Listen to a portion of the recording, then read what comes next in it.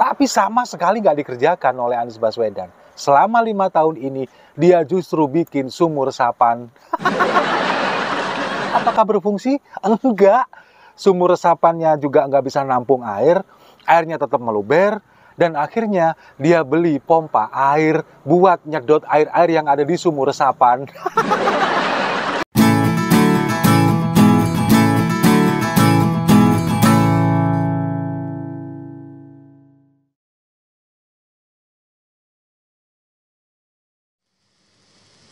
Kalau Pak Gubernur membuat program, jangan lihat siapa yang membuat program, tapi program itu untuk siapa.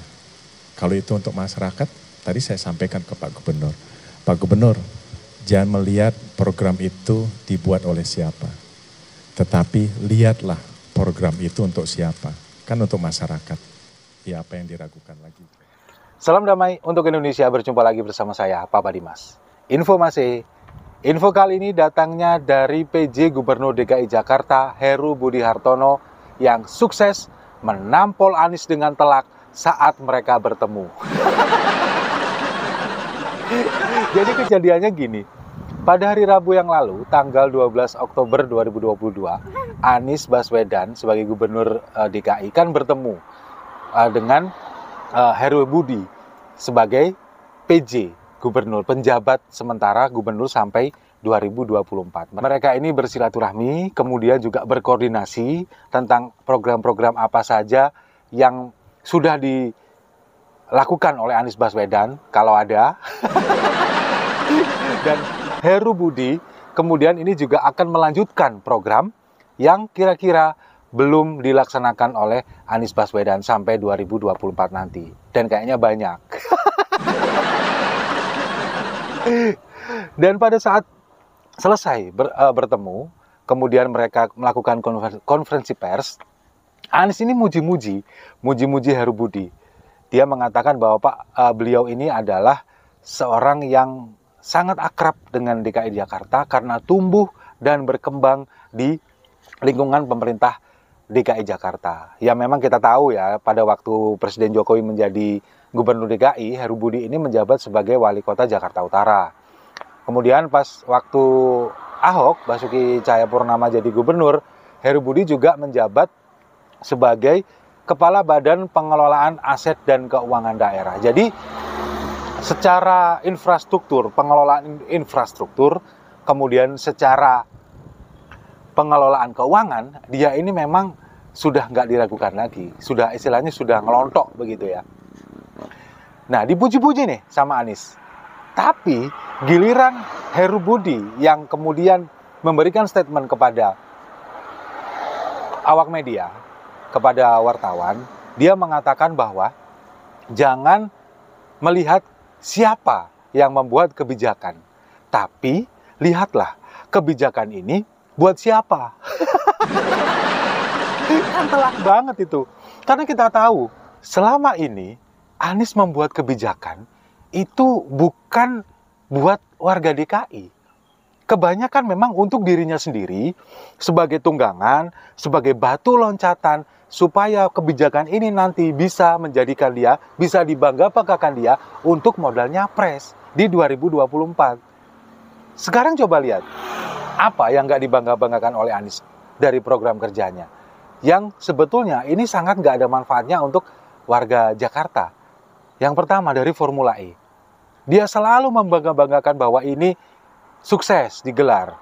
Kemudian banyak wisatawan yang datang ke sini. Ya iya, para pembalap dan juga kru-krunya, orang-orang bule itu. Tapi sekarang pertanyaannya, apa manfaatnya untuk warga Jakarta? Nggak ada kan? Bahkan pada waktu digelar itu pun beberapa UMKM ini juga sepi pembeli, sepi peminat. Nah sekarang sampai detik ini pun juga, bahkan besok ini hari Senin ini, Anies sudah nggak bertugas lagi di DKI dan hari ini ada salam perpisahan.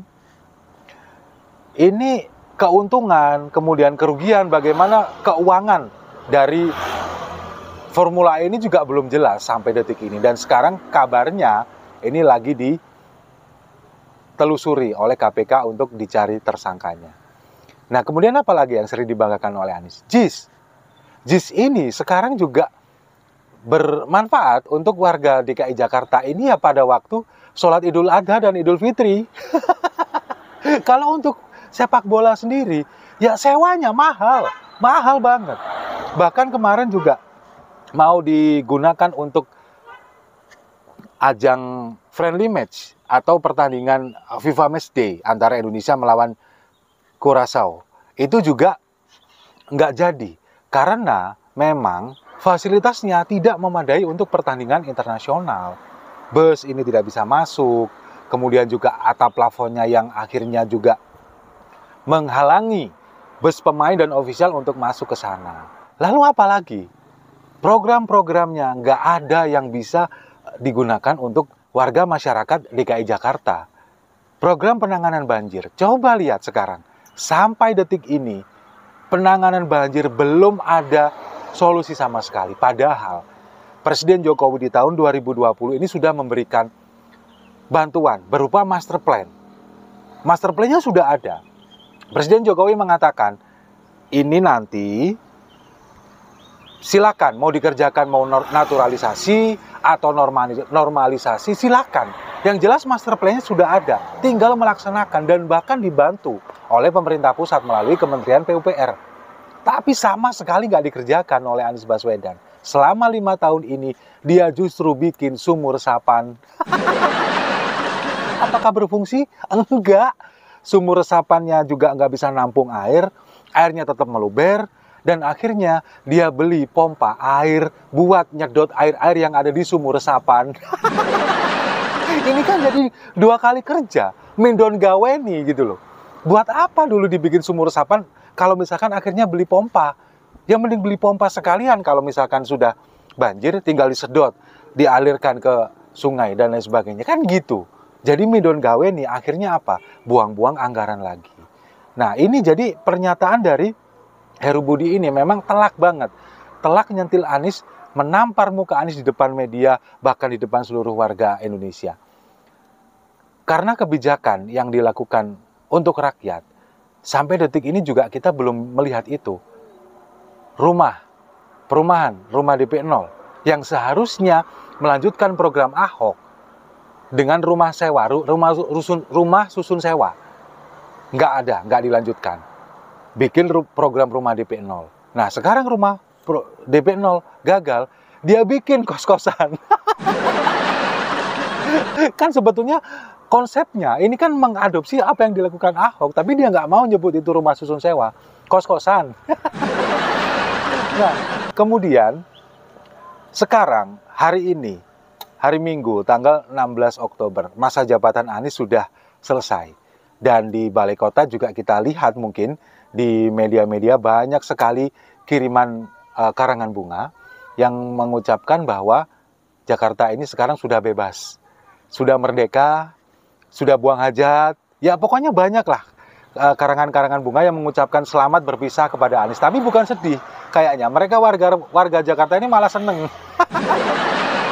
Dan mulai besok, Heru Budi Hartono ini akan bertugas sebagai PJ atau penjabat Gubernur DKI Jakarta. Dan saya yakin tugasnya ini sebetulnya juga nggak mudah amat, juga nggak susah-susah amat. Nggak mudahnya karena apa? Karena selama 5 tahun ini DKI Jakarta sudah diporak-porandakan oleh Anies, sudah dibikin kacau, berantakan, dan Heru Budi ini bertugas untuk membenahi itu semua dalam kurun waktu 2 tahun terakhir ini, sampai pemilu berikutnya. Nah, kemudian yang mudahnya adalah sudah ada master plan dari pemerintah pusat yang melalui Kementerian PUPR, kemudian masalah kemacetan juga dari Kementerian Perhubungan. Nah, ini dari pemerintah pusat lebih mudah mensosialisasikan ini, kemudian mengaplikasikannya ke DKI Jakarta melalui Heru Budi ini. Karena memang Heru Budi ini adalah orangnya Jokowi yang bisa dipercaya, dan kemudian juga kita tahu punya pengalaman di DKI Jakarta, sehingga memang apa yang akan dilakukan Heru Budi ini untuk membenahi Jakarta, saya rasa juga nggak terlalu sulit.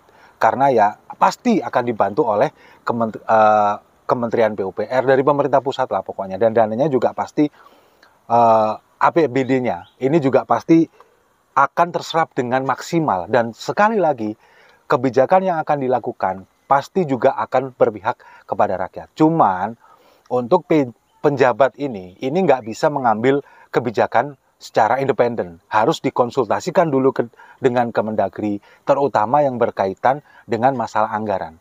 Harus dikonsultasikan dulu kepada Kemendagri. Tapi saya yakin dengan dipilihnya Heru Budi ini, yang mulai bertugas besok, saya juga ucapkan selamat kepada Pak Heru Budi. Semoga DKI Jakarta akan jadi lebih baik sebelum ditinggalkan untuk pindah ibu kota ke ibu kota Nusantara di Kalimantan sana. Dan DKI hanya akan menjadi ya wilayah biasa seperti wilayah yang lain. Saya rasa itu. Terima kasih sudah menyimak. Jangan lupa like, komen, dan subscribe. Salam damai untuk Indonesia.